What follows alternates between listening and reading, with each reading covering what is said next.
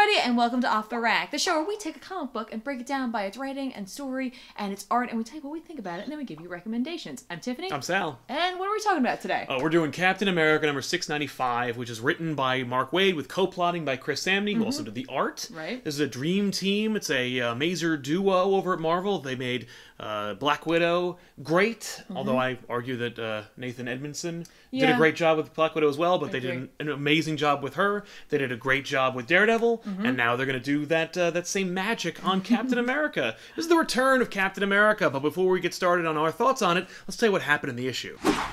In Captain America number 695 by Mark Waid and Chris Samnee, Cap knocks the crap out of some jerks called the Rampart early in his career. Then on the 10th anniversary, he does it all over again. We're reminded why we love Captain America so much and look forward to a brand new day for the character. Kind of very simple, bare bones issue, I think.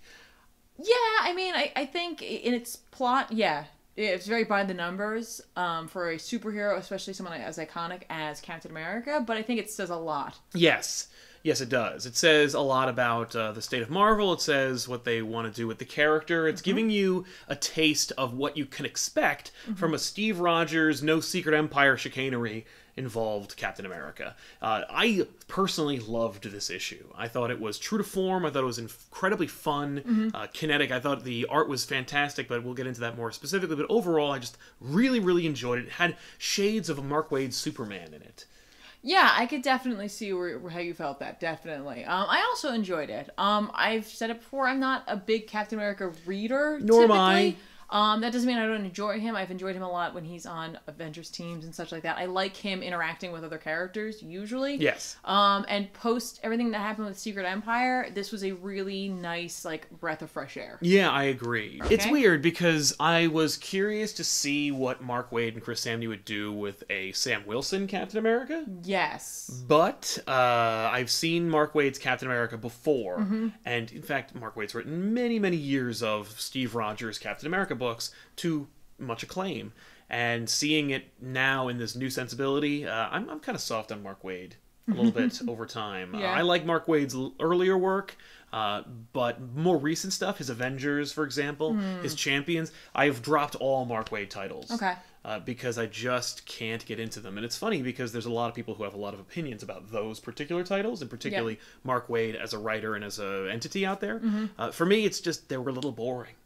Okay. At the end of the day, it has nothing to do with politics. It has nothing to do with like what they're choosing to do. Yeah. It's just that I was bored reading them, and so I had to drop them. That's like, for me, the biggest reason to drop a book. It's just if I'm bored. I think Waid just knows how to write for characters who are like Superman and who are like Captain America, who are very, again, like iconic, very hope-filled. Yes. You know, just these beacons, essentially. And I think he knows how to capture that feeling without hitting you over the head with it. Agreed. I think that with a lesser writer's hands, if they were like, I want to take a Superman pitch and just make it Captain America, like, you could do that. But since Waid has had the history with the character, I think that we're in for something different, but familiar. Right. I thought, at least with this issue, if you're not a Captain America reader and you don't necessarily want to become one, but you kind of just want to see what happened after Secret Empire, you could literally pick this up, completely get who Captain America is, and then that would be it. Like, this was like a weird, like, beginning of an arc and also a total one-shot. Absolutely. For me, I liked it, I think, the most because it feels like it might become an evergreen story. It might be a Captain America story that you can pick up at any time and just enjoy it. That is the case with his Daredevil and Black Widow runs, particularly with Samnee. And I don't want to discredit Samnee because I don't know how much influence Samnee has in the writing process.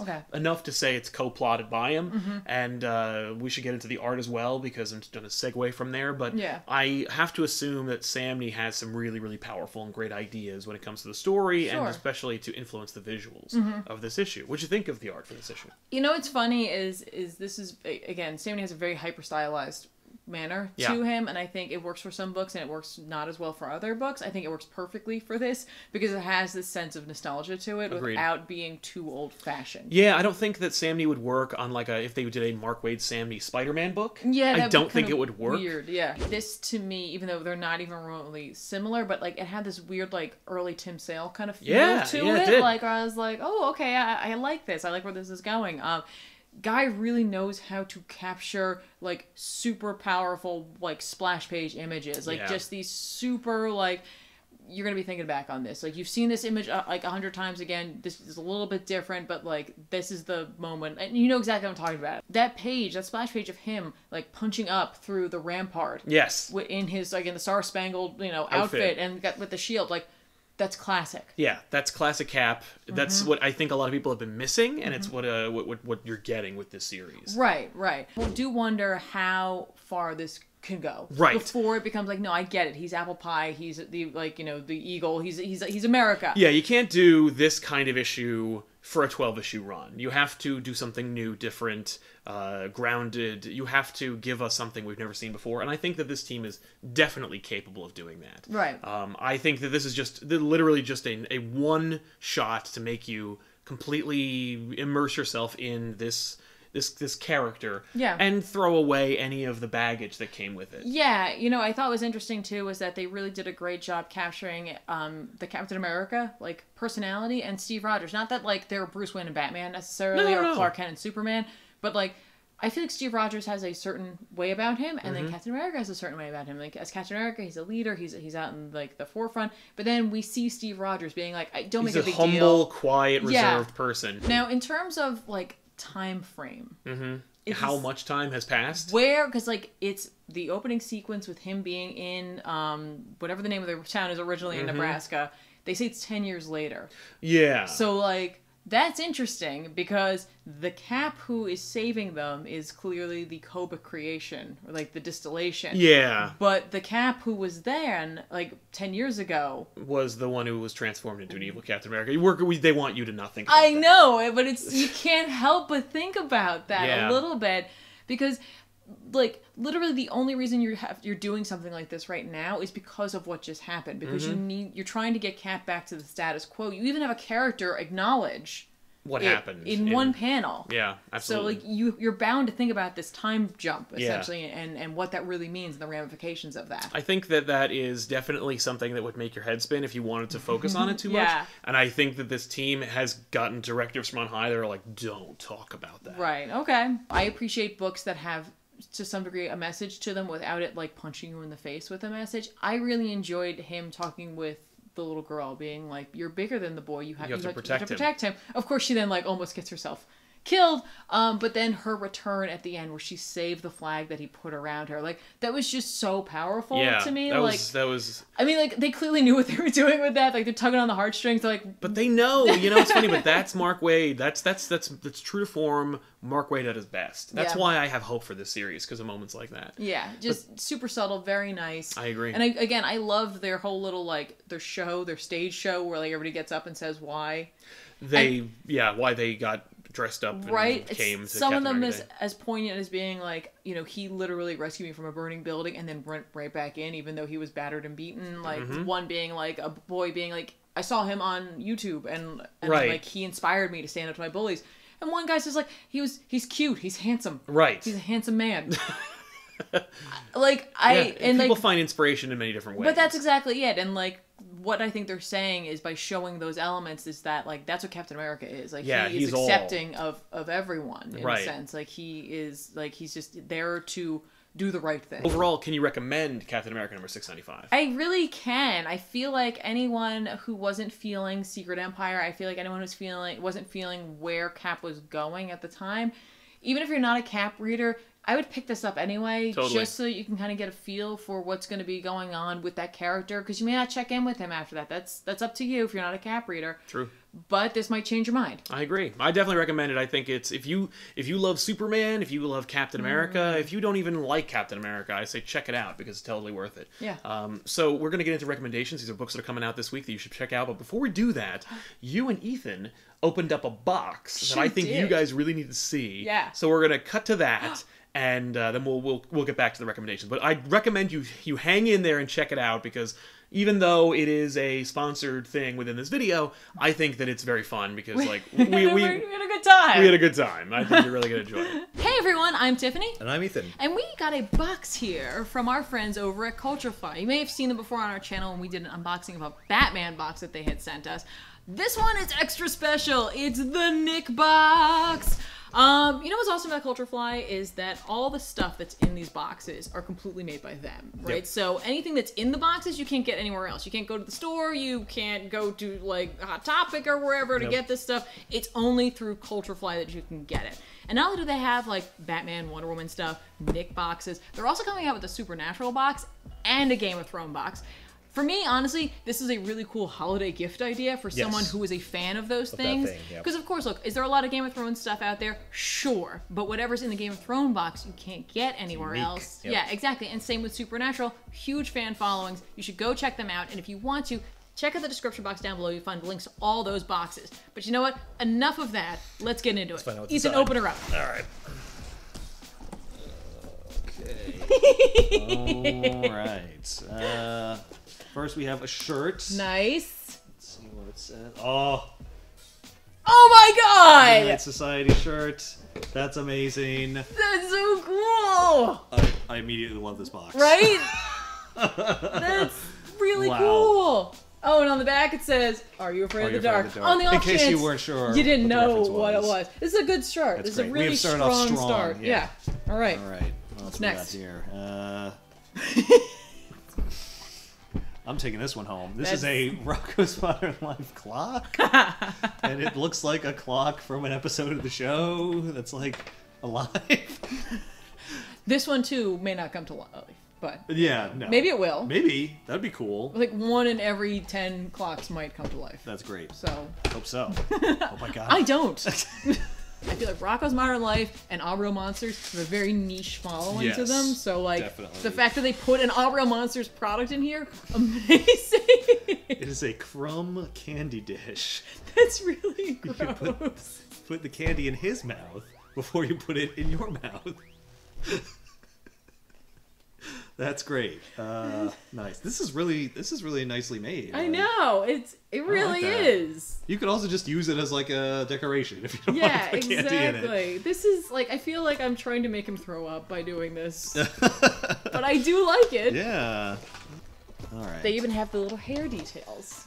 Okay, this is a cat dog vinyl figure. So Cat Dog, I don't know that much about Cat Dog. I watched a bit, but I remember Cat Dog. Yeah, I watched quite a bit of Cat Dog. In particular, I think what like really drew me into it is it had a phenomenal theme song, and so like the theme song would come on, and then I would just end up watching it. Gotcha. All right, there we go. Cool. A little stand. That's really fun. There you go. Very nice. Nice. Push it right into there. Done. If you're a Cat Dog fan, you will love this. This is for you. And again, this is one of those things you put out somewhere and someone's like, is that a cat dog? Do you have a Cat Dog statue? I do. Yes, I do. Well, show your love of Cat Dog. Exactly. Now you have a new friend because you just found out that someone else liked Cat Dog. All right, this is it's another Midnight Society thing. It's a pin that says official member of the Midnight Society. That's really cool. You can pin that on your shirt. Exactly. Nice. Oh my God. That's awesome. Let's see here. This is a Nick Box exclusive plate set. This is 4 like dinner plates. Open them up. These are nice. These are really nice. Yeah, it's good quality plastic. It looks like. I like it. I would not want to eat from these. I would want to put them somewhere where someone can see them. We'd have to get you those little plate holders where they can sit up on a shelf. Yeah, exactly. They'll be like very confused. Yeah. Like, what is that? We have here a Reptar bar. Reptar bar! Which is not actual candy. No way! It's like that's awesome! To be fair, I always wanted to eat a Reptar bar. I wanted to know what the green filling was, and I can't, but this is awesome. It's really cool. And this box is like designed to look like a candy box, which is kind of cool. I don't know if it looks like the one from the show. I think it does. It's just a plain yellow box. It is a little like bigger than I imagined, like thick-wise, but like, for those who don't remember in Rugrats, like Reptar, of course, was like their like Elmo or whatever character or Star for Wars the kids. Or anything that has like licensed up the wazoo. Right? Like there were shirts, there were toys, there was an ice show, and there was the candy bar, and the candy bar had a green filling, and I just always wanted it. Yeah. God. I assume the outside is chocolate. Yeah. Chocolate bar with the green filling. Right? Was it lime? What was I it? don't know. Hopefully not lime. Ew. I know, but I'm just saying. This is a Real Monsters air freshener, which is ironic because they're gross and living with the garbage. It smells like garbage. It doesn't smell like garbage. Oh, what does it smell like? I'm not sure what it smells like. Does it say on there? No. It smells like monsters. It is a garbage can. I didn't see it when you pulled it out. Here's a little postcard thing. That it's the menu everything. card. Yeah. Yeah. Very, that's cool. That's nice. On the off chance like there was something in here you didn't know what it was, they'll tell you all about it. And then last we have, I think this might be... It's Our Real Monsters. It's Our Real Monsters. They have a book in Our Real Monsters. Yes. It's like the book of scares or monsters. Yes. Whatever. Yeah, that's like their... Because it's a school for monsters, and so they have like a textbook. This is like... This is a portfolio, it's like essentially. Yeah. Well, that's pretty cool. Okay, seriously though, like that's what I really like about Culture Fly, and I said this last time when we opened up the Batman box, is like, yes, you get the vinyl figure style thing. You get the vinyl figure. You get the t-shirt. Yeah, you and get you get the pin. Living clock. But that's what I'm saying, like, the figure, the shirt, and the pin, you see that a lot in boxes, right? Yeah. You don't usually see something like that, or a clock, or a candy dish where you put your hand in something's mouth. Like, they think outside the box and they create really interesting products. And again, you can't get them anywhere else. Yep. So, like, if you want any of this stuff, you have to go to Culture Fly. You have to use the link that's down in the description box down below to go over there. And if Nick's not your thing, they have superhero themed boxes. They also have the Supernatural box that's coming out and the Game of Thrones box that's coming out. You can get whatever one you want. Exactly. Get only the boxes you care about and don't get the ones you don't. So there you go, guys. This was the Nick box from Culture Fly. Don't forget to check the description box down below. I can't say it enough. To go over to Culture Fly, check out all the awesome boxes they're doing there. Right now, Ethan and I are going to have to divvy this up and like just figure out. It's going to be very hard. It's going to be very hard. Luckily, Ben and Sal don't get any of it. It's just going to be for us. They didn't do the show. They don't get the it's stuff. not for them. So, you know. Thank you, Culture Fly, so much for sending us this. It's, again, phenomenal stuff. Go check it out. We'll see you guys next time. I'm Tiffany. And I'm Ethan. Bye. This week I have 2 books to recommend, the first of which is Action Comics 991. This is continuing or concluding the Mr. Oz saga. Everybody's been kind of waiting on bated breath, and I think that overall, from what I can tell, a lot of people are kind of soft on the execution of the Mr. Oz saga, which is too bad. I think it's a lot of fun. It's just a classic Superman, oh no, is this his father or not kind of situation. So I think hang in there, check out the conclusion, because I think all roads lead to good stories when it comes to this run on Superman. The second one I think you should check out is Daredevil number 595. It's Daredevil versus Mayor Wilson Fisk. That's right, Wilson Fisk is finally the mayor of New York after all the crap that everybody else was trying to do with him during Secret Empire. We're finally in someplace interesting, and of course, if you love classic Daredevil, I think this might have shades of that. So I'm willing to at least give it a shot, and I think you should too. This week from DC, Mr. Miracle number 4 is coming out, written by Tom King with art by Mitch Gerard. I've said it once, I'll say it 12 more times before the series is over. I love this series. I love where it's going. I love the fact that it deals with PTSD. I love the fact that it deals with all sorts of crazy family stuff with the New Gods and all that. We've seen the demise of Granny Goodness. We've seen an all-out war starting on Apocalypse. The question, of course, being, where is Darkseid? Of course Darkseid is. Are we going to be seeing him? Is he going to show up as an adult? Will he be as a child, as he is in the current universe?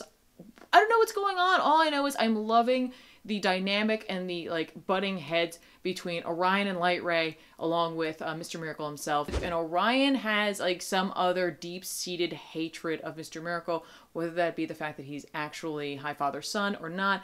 There's something going on there. I'm hoping we get to see it brought to the surface, hopefully in a nice positive way where everyone comes out and has a hug, and that probably won't happen. Also from DC, hey, check out Ragman number 2. I checked out the first one. It's kind of fun. Really kind of off-kilter hero here with Ragman. Number 1 showed us essentially the origin of Ragman, somewhat similar to the original one. Kind of interested to see where this goes. We'll see. I don't know. I'm just, I guess, kind of into these heroes who are just bizarre. From Image, Port of Earth number 1 comes out, written by Zach Kaplan with art by Andrea Muti. Kind of interesting looking story. I don't know much about it other than there's a cool looking alien dude on the front. And the premise being simply that what if Earth was approached by aliens not for peace or for war, but to be like, hey, can we put a spaceport here and then we'll give you technology? And then in the end the aliens break whatever treaty we've made with them or whatever laws we've set up. and an organization has to come forward to start catching aliens who are breaking the law.